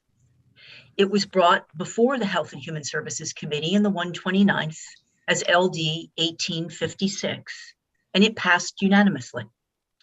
It was awaiting legislative action when we adjourned early due to the COVID-19 pandemic. As we've heard several times this session, Maine's acute care hospitals are experiencing significant growth in the number of patients with mental illness and other behavioral health needs over the last few years. The pandemic has exacerbated the problem even further. Southern Maine Healthcare has experienced particular challenges as it saw its volume of patients needing psychiatric care increasing by 41% between 2017 and 2019. The hospital had a 12-bed psychiatric unit that was insufficient to the community's needs, with over 20% of the county's residents needing inpatient psychiatric care sent to hospitals outside of the region. Maine Health embarked on a formal needs assessment and, based on the data, created a plan to repurpose 2 vacant units on the Goodall campus in Sanford to create up to 42 beds, 12 of which would replace the existing capacity at Biddeford, and the remaining 30 would be available to better meet the needs of York and Cumberland counties. In 2018, the department agreed that expanded inpatient capacity was needed, and it agreed to work with Maine Health to develop a rate to cover the cost of treating Maine Care patients in the new facility. At the time, Maine Care rates for psychiatric treatment, which have not changed since 2011, were 33% below the cost of delivering care. The department asked that a final rate not be developed until the impact of Maine Care expansion could be factored into the calculation. Maine Health agreed. Maine Health went ahead and invested in what is now a wonderful treatment option for individuals experiencing psychiatric crisis. The units are calming, state-of-the-art, and free of stigma. As a nurse, I can tell you that the treatment milieu they have created is just what individuals with acute psychiatric illness need to improve. We are so fortunate to have this investment in Maine, and it is filling a critical gap in care. The units are run by Maine Behavioral Health Care, and they have deliberately increased their capacity slowly since they opened last fall. Today, the average daily census is almost twice the capacity of the former unit in Biddeford. They have added 50 full-time employees thus far, which will expand when both units are fully staffed and operational. Most importantly, they are meeting a critical need in our community. I am sorry we have to introduce this bill. An agreement between the department and Maine Health was reached, however, it has not been fulfilled. Maine Health made a significant and good faith investment in meeting a critical community need with the understanding that the department would cover the cost for Maine Care patients. This bill would ensure that the department stands by the agreement that was made. Behind me are a number of legislators and individuals from Maine Health who can better help you to understand this situation should you have additional questions. I thank you for your time and attention this afternoon and look forward to working with you on the passage of this resolve. Thank you for your testimony. Thanks for bringing that forward. We have some folks who are planning to join us, but we currently have Representative Tuttle present. Welcome, sir. Thank you, Senator. Senator Claxton and Representative Meyer and members of the Health and Human Services Committee. As most of you know, my name is John Tuttle, and I represent House District 18, which is part of the city of Sanford, primarily Sanford's east side. And I'm pleased to testify in strong support of LD 1470, a resolve regarding reimbursement for providing inpatient care to individuals with acute mental health care needs. As you have likely heard, you heard the Rep. Meyer say that first we worked this bill in the 129th legislature when it was known as LD 1856. My predecessor and now the current mayor of Sanford, Anne Marie Mastracchio, was the original sponsor. She brought this bill to you to ensure that Southern Maine Healthcare would be correctly reimbursed by Maine Care for the services provided through the new behavioral health beds on the Goodall campus. And overwhelmingly bipartisan majority of the committee supported the bill. But unfortunately, it joined the ranks of many thoughtful pieces of legislation derailed by the COVID-19 pandemic. I don't want to go on, but I do want to emphasize that Southern Maine Healthcare is meeting a critical behavioral care need for our communities. I was an emergency medical technician for 42 years and did transport a lot of patients. I think the need that is growing is only growing. LD 1470 acknowledges their investment and ensures that reimbursement rates reflect the true cost of providing this invaluable care.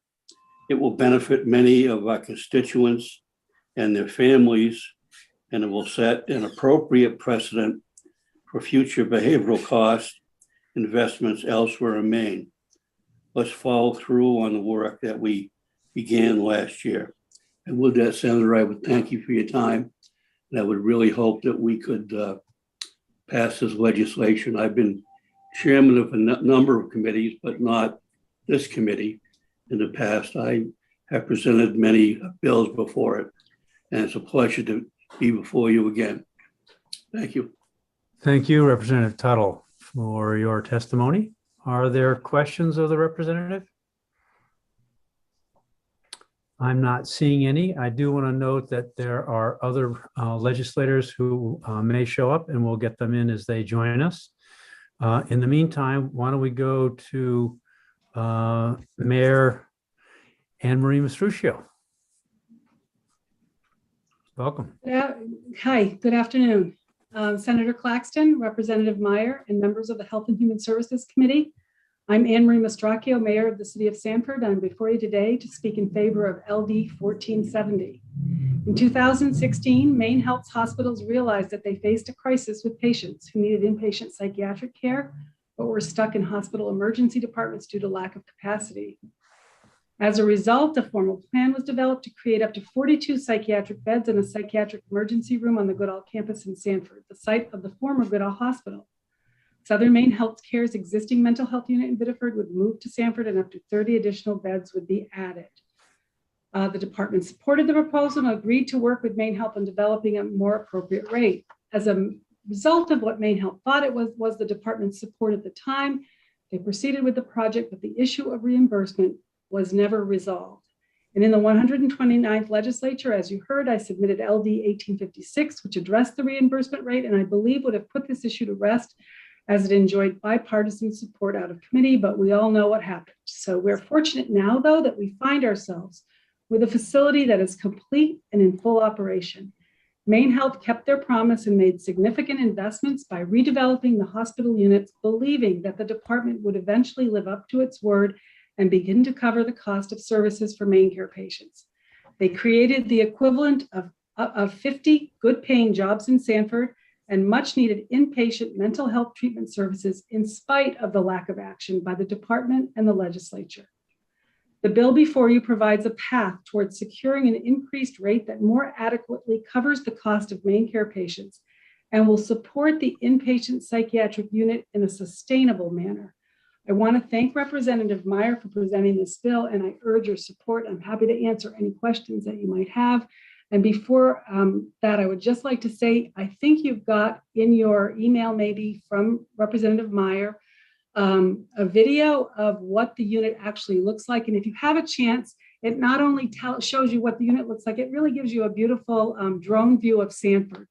So I'm really proud of what we've done here, and I invite you to take a look at it. Thank you for your testimony. It looks, it's nice to see you in your new role. Thank you, Senator. Representative Craven. Thank you, Mr. Chair. Hi, Madam Mayor. Thank you, Representative. So can you tell us why the department has reneged on their promise to you know, I haven't heard or can't even imagine with the needs that we have all over the state of Maine, why they're not willing to reimburse for the Maine Care population? And I just want to say that this it covered over 2 administrations. So in 2018, there was a different administration in Health and Human Services. And so that conversation happened with the LePage administration, and then the Mills administration came in, and there were a lot more demands probably on a lot of services that in my view had not been adequately addressed in the previous administration. So I'm not gonna, say it's anyone's fault. I think that they've been working on the rates, and I think you've had a lot of these bills over the last, I know HHS has had them over the last 4 years, requests for rate increases, because everything, as we know, costs more. And we expect people to keep doing things out there in the real world for the same price that that they were doing it for before. So now we're in a pandemic, and I can just tell you that I'm really grateful that that unit is there, because I can't imagine what we would be looking at if we didn't have that particular place to at least put some of the most needy patients that we have right now. So I'm just hoping that the administration will figure out a way to help with this unit because you won't see any more expansion for needed mental health services until I think that this particular issue is addressed, because you can operate losing money for a while, but eventually it's going to catch up. Thank you. Are there any other questions for the mayor? I don't see any. Thank you for being here. Thank you, Senator. And now we can hear from Karen Evans. Welcome. Hi, Senator Claxton, Representative Myers, and members of the Health and Human Service Committee. My name is Karen Evans, and I live in Portland. As a prior member of the Maine Behavioral Health Care Board, I had the opportunity to visit the new psychiatric unit in Sanford. I was impressed by the layout of the unit and the care that went into the design. It was a welcoming place.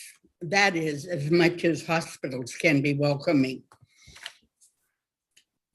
My work with the homeless in Tent City in 1987 caused me to address the immediate need for shelter for that population.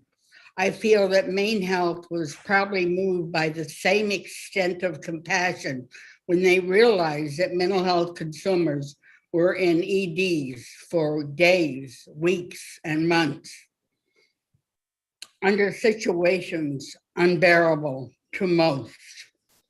Please take a minute with me to visualize what a patient suffers as they wait for care during 31 hours hold in the emergency. I personally felt the power of hell had invaded me as I suffered voices telling me I must be punished, I must die. Other patients were dealing with having cut themselves. And still others would be dealing with the anguish of the soul because of the depression that allowed them to try to kill themselves. These 31 hours would be taxing to anyone, and especially people distraught with mental illness. Maine Health went ahead and built the beds to try to meet the needs of the mental health population. The community needs of the mental health population has been best seen in the needs of med management, psychiatric services, mental health counseling, and support in inpatient hospital beds, and rare instances for high acuity demand. While the state needs to invest more resources in all community service, this bill will address the most needed inpatient beds, especially as it pertains to the situation with rates in the Sanford bed.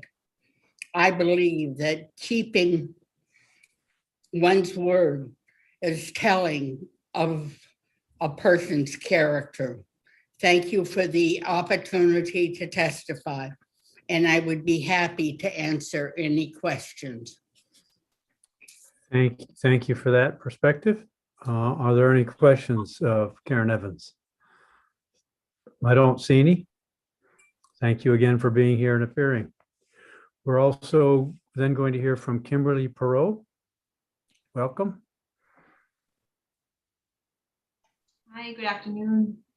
Senator Claxton, Representative Meyer, and members of the Joint Standing Committee on Health and Human Services. I am Dr. Kim Perot, Medical Director of Emergency Services at Southern Maine Healthcare and practicing emergency medicine physician of 14 years. And I am here to testify in support of LD 1470. Mental health patients deserve high quality, timely care. Patients with mental health conditions are waiting hours, if not days, in emergency departments across the nation. Maine is no exception. We need better funding and support for inpatient treatment. The number of patients with acute mental health conditions requiring admission increases year over year, yet the entire mental health system, including inpatient beds, remains underfunded, and the pandemic has exacerbated the problems even further. Nearly every day, we have multiple mental health patients languishing in our emergency departments, while the mental health crisis team works tirelessly trying to find inpatient beds for them. These patients range in age from young children to older adults. The acuity and severity of illnesses ranges from the patients seeking self-help to an out-of-control patient who is combative and injuring himself and other people. All of these patients need and deserve our help. We provide adequate funding for patients with chest pain, pneumonia, congestive heart failure, diabetes, etc. Why are patients with mental health conditions different? They are equally, if not more ill. Over my career, I have seen the acuity and length of stay for patients with mental illness increase. More patients are waiting longer in the ED, which is an environment not conducive to long-term care and recovery. In fact, in fiscal year 20, the average wait time in our EDs for an adult waiting for a psychiatric bed was 48 hours, which was one of the key factors driving the development of the new units in Sanford that are the subject of today's hearings. The accumulation of patients presents demands on both physical space and staffing.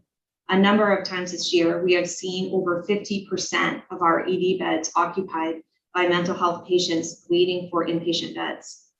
This means not only are the mental health patients waiting, but patients presenting with other medical conditions are waiting longer to be seen by a provider. Long ED stays for patients with mental illness impacts patients and staff in other ways. Unfortunately, the impact can be tragic. ED staff are all too frequently verbally and physically threatened by patients in an acute 30 seconds. crisis while awaiting bed placement. Unfortunately, with increased numbers of mental health patients boarding in the ED, these threatening interactions affect not only staff, but patients as well. EDs are not well designed to meet the needs of patients with behavioral health issues, and in fact, the often hectic environment can exacerbate a mental health crisis. Medical patients have seen the physically and verbally aggressive behaviors towards staff. We recently had a pediatric patient who was in a hallway awaiting a medical evaluation, be told she was going to die by a patient who was walking back to their room as they awaited for a psychiatric bed.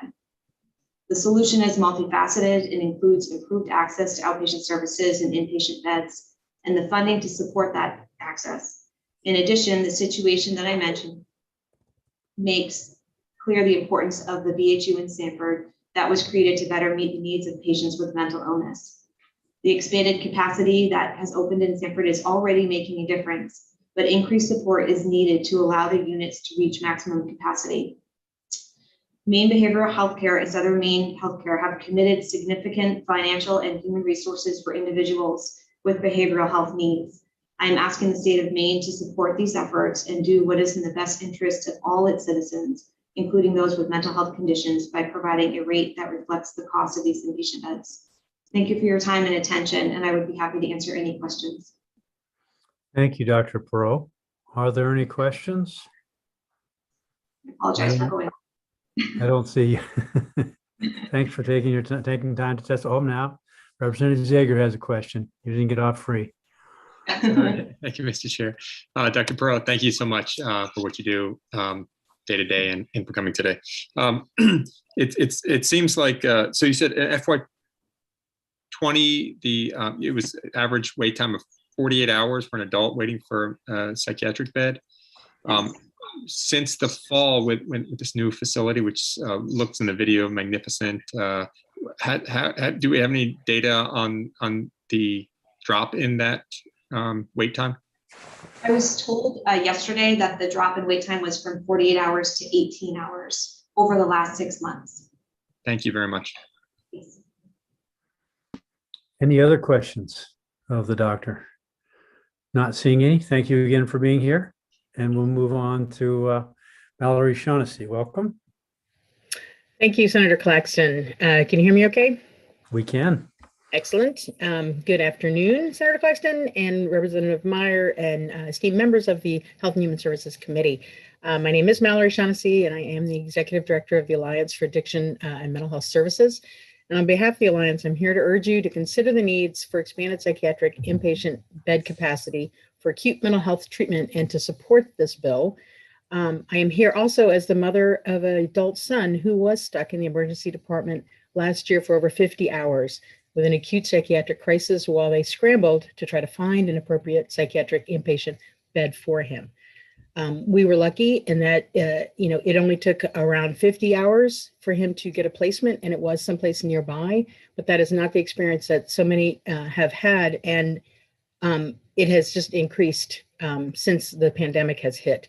It can take up to a week now to get a bed. And if you were to see somebody struggling with the acute crisis in that capacity, in that situation with the security guards and with the locked room in a very barren situation, it is not conducive at all to any kind of mental health challenges in helping with that. So on behalf of the Alliance and on behalf of myself personally, I urge you to pass this bill. You have already heard about the planning for this was done with the department in good faith, and it needs to be able to be sustained and continue. We have seen a significant growth in patients over this last year with acute needs.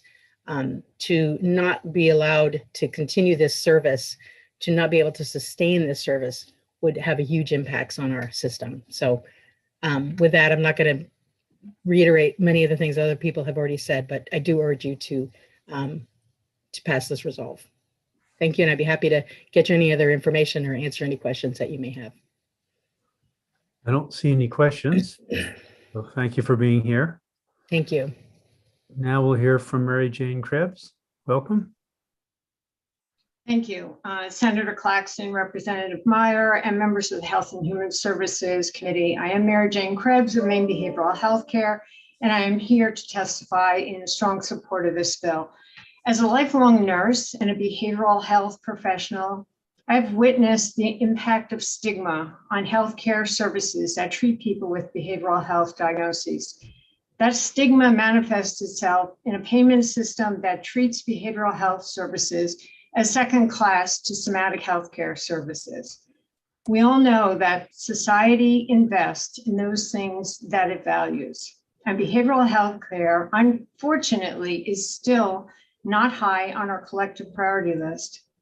However, in spite of this, early on in its development as a health system, as you've heard, Maine Health recognized the critical connection between mental and physical health and has made significant investments in building a strong system of behavioral health services to help meet the needs of our communities.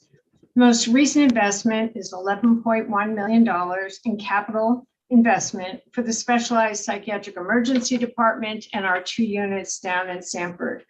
That investment provided us with the capital to build a beautiful state-of-the-art space that rivals any inpatient units in the state. The units are specifically designed to support recovery from acute episodes of mental illness. That atmosphere there is calming. There is an outdoor terrace where we are looking to add a garden, giving people access to the healing power of fresh air. We have special low stimulation calming rooms on both units where people can really go and just have a therapeutic experience without escalating and ending up in a more restrictive kind of treatment.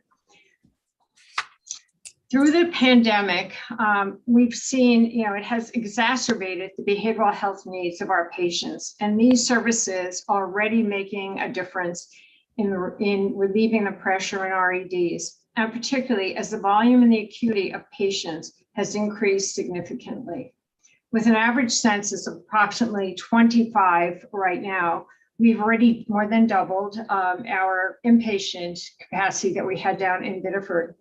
And with appropriate support, we expect to have both units fully operational by this fall. Like anyone with a chronic illness, individuals with behavioral health diagnoses rely upon a continuum of services to meet their needs at a different point in time. 30 seconds, Mary Jane. Okay, we've testified before you numerous times this session about the importance of community-based services that are needed to help individuals when they are more stable and able to live safely in a community. But just as there are times when individuals with severe hypertension end up in the hospital, so too are there times when individuals with mental illness need hospitalization to be safe. These units provide that important resource for Southern Maine. Maine Health stepped up to invest in these behavioral health services in much the same way that it has for somatic health care. And it did so with the agreement that the state would do its part to cover the cost of care for its covered patients in need of care in these units. I hope you will support this bill to ensure we can maintain these services going forward. Thank you, and I'm happy to answer any questions. Thank you, Nurse Krebs. And are there any questions? I had a couple. The cost of care, is that a standardized formula that the department uses or that reimbursement uses? So Yes. you just plug in your numbers and it gets you what the cost of care is? Yeah, so each hospital has negotiated different rates with the department over the years for behavioral health services. And yes, Southern Maine's rate has not been looked at in years. So it is, it's significantly in need of an increase. And we can get you, I think we can certainly, Senator Claxton, get you that information if you don't have it. I was just looking for a standardized way that was done, and it sounds like it is. Can you speak to what the current reimbursement rate is per admission? There's a specific number cited in the legislation. Yeah, I cannot, but I can get you that information if you don't have it. I'm just trying to get a sense of whether it's a 5% increase or a 50% increase. Someplace in between. Okay. Representative Craven had a question. Okay. I just wanted to point out Michelle Porbert's testimony that she has listed the reimbursements. Okay, thank you. Right. All right, so thank you for being here. I don't see any other questions. Next, Thank we'll you. hear from Mary Lee Perkins. Welcome. Thank you. Senator Claxton, Representative Meyer, and members of the Health and Human Services Committee, good afternoon. I am Marilee Mapes Perkins, a trustee of Southern Maine Healthcare, and I'm here to testify in strong support of this legislation. I was born at Goodall Hospital and spent my adult life in Sanford community working to improve the quality of lives of my neighbors through my role as Director of Healthy Living at the Sanford Y and my 18 years of volunteer service on the Goodall Board and now Southern Maine Healthcare Board. In 2017 and 18, it came to the board's attention that patients experiencing mental health crises were languishing in our emergency room departments for days. Based on data from a needs assessment and bed forecast, a win-win plan was developed to address this critical need by repurposing inpatient beds on the Goodall campus. The board approved the $1 million capital investment. Goodall Hospital stood strong for 88 years, and the decision to move the 12-bed psychiatric unit from Biddeford to Sanford, adding additional beds to meet the community demand, brings back life to the hospital rich with history and jobs back into our community. The main care rate for inpatient psychiatric treatment had not changed since 2011, which raised concerns from the board, which has a fiduciary obligation to the organization. Discussions with the department indicated they'd work with us to ensure that a reasonable rate was developed. Precedent had already been set, as 2 other hospitals have special rates for psychiatric beds in Section 65. On February 4th, 2020, 18 months after we started discussions with the department about this project, and just 5 months before the beds were scheduled to open, we received an email from MaineCare stating they would not agree to amend Section 65. We pursued this project, operating under the good faith the department would support a reasonable rate to cover the cost of patient care that we had a moral obligation to provide. Last winter, the Health and Human Services Committee supported our position, but the bill ultimately died due to early adjournment. In spite of the uncertainty regarding these rates, the organizations pushed forward, opening the first unit last fall, which you've heard about. Today, the units, which are vital to complete the mental health continuum, are meeting a critical need made even more challenged by the pandemic. As a board member, I'm constantly challenged with the important balance of how to meet the needs of our communities. We now find ourselves in a situation in which nearly half the patients are covered by MaineCare. which 30 covers about, seconds, Shirley. covers about 60% of the cost of those patients. If that situation doesn't improve at some point soon, the board will be forced to assess the viability of these beds. Please help us ensure that we can maintain access to these critically important services for our vulnerable community members who struggle with acute mental health needs. Support this legislation. Thank you. And Anyone have thank you. I don't see any questions from the committee. So that being the case, looks like we have additional testimony from Dan Moran. Welcome. Good afternoon, Senator Claxton, Representative Meyer, members of the committee. I'm Dan Moran, Director of Communications and Government Affairs for the Maine Medical Association. We are the state's largest professional physician organization, representing more than 4,300 physicians, residents, and medical students across all clinical specialties, organizations, and practice settings. Our office is in Manchester. I live in Gorham. I was born and raised in Lewiston. Hello, Representative Craven from my old district. We support the resolve before you. I won't go into what the resolve says. People previous to me have done that. It's well known to returning members of this committee. 10 of you returned to the 130th and your incumbent legislative colleagues over the past few years that many emergency department stays for behavioral health last hours. Some even stay there for days or weeks with no appropriate mental health care available or landing spot for them. It's not only a problem in Maine, but it's a problem throughout the country. I've linked to a health affairs article. It's kind of dated, but nothing has changed nationally. Too many constituents aren't getting the care they need at the right place at the right time. There are too few outpatient resources and inpatient treatment options. You've heard Southern Maine Healthcare saw the need for additional psychiatric inpatient capacity. They repurposed their Goodall beds.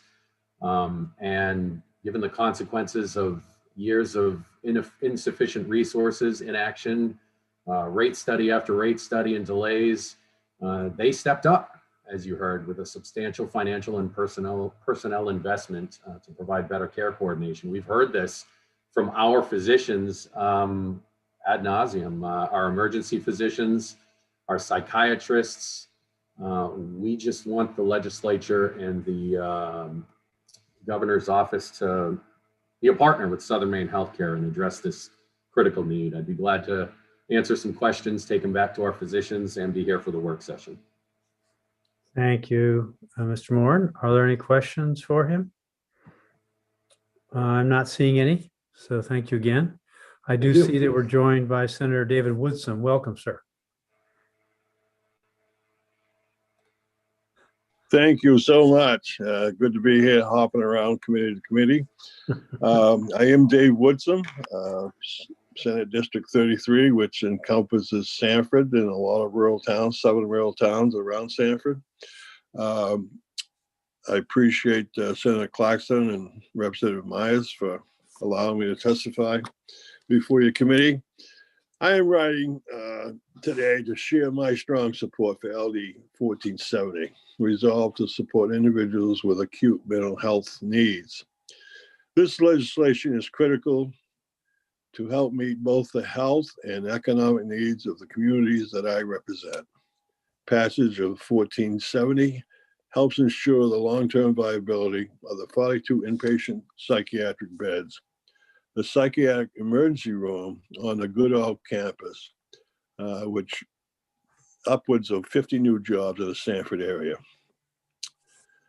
Southern Maine Healthcare and Maine Health have opened these beautiful new units, after investing millions of dollars based on a commitment from the Department of Health and Human Services to develop a reimbursement rate that accounts for the actual cost of delivering care to the Maine care patients.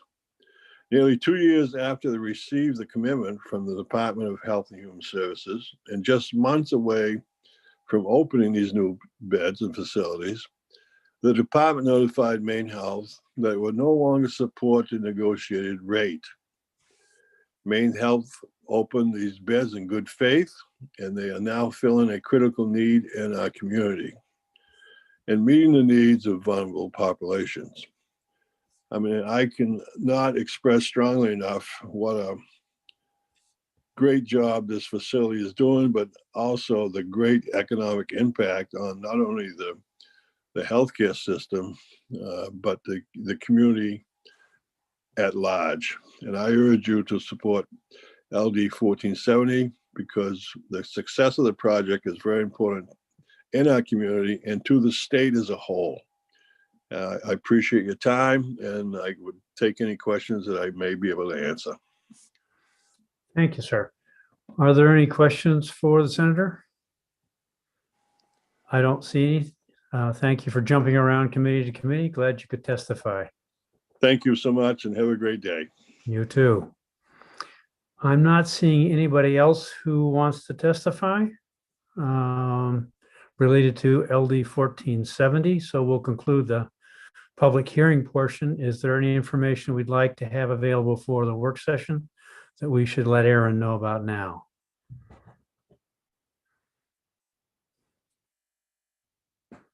I'm not seeing any questions or suggestions, so the next step in this discussion would be at a work session in 1470. Thank you all for being here. Representative Tuttle, have a good rest of the day. Okay. So that will take us to consideration of LD 1535. Unfortunately, the sponsor isn't able to testify, so in order to move things along, I'll just read the summary. This is a bill that came via Representative Williams.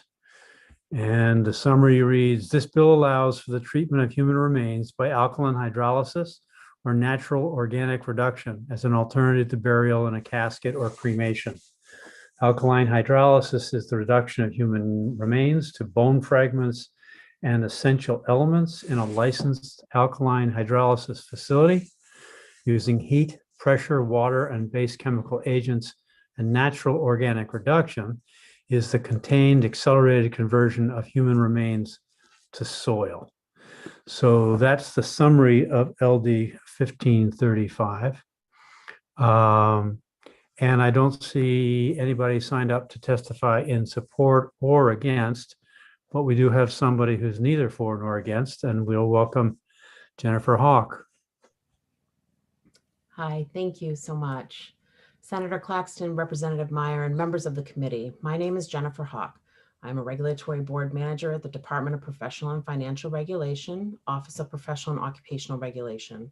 I oversee the financial management and daily functions of the Board of Funeral Service. I'm here today to provide information to the committee which may be helpful in your consideration of LD 1535. LD 1535 amends Titles 13, 22, and 32 to establish in statute a regulatory framework for two methods of processing human remains, alkaline hydrolysis and natural organic reduction. The process of alkaline hydrolysis is already permitted pursuant to DHHS rule. Any person, firm, or corporation that obtains a permit and pays a fee to DHHS may establish and maintain suitable buildings and appliances for the cremation of the dead. DHHS rules define cremation as a technical process that includes, but is not limited to, chemical dissolution. The bill would keep regulatory oversight over processing human remains using alkaline hydrolysis with DHHS, but it appears the intent of the bill is to make a distinction between alkaline hydrolysis and cremation. Similarly, alkaline hydrolysis facilities would be separated from crematories, but continue to be subject to DHHS oversight. The bill would also authorize a process not currently permitted under Maine law, natural organic reduction.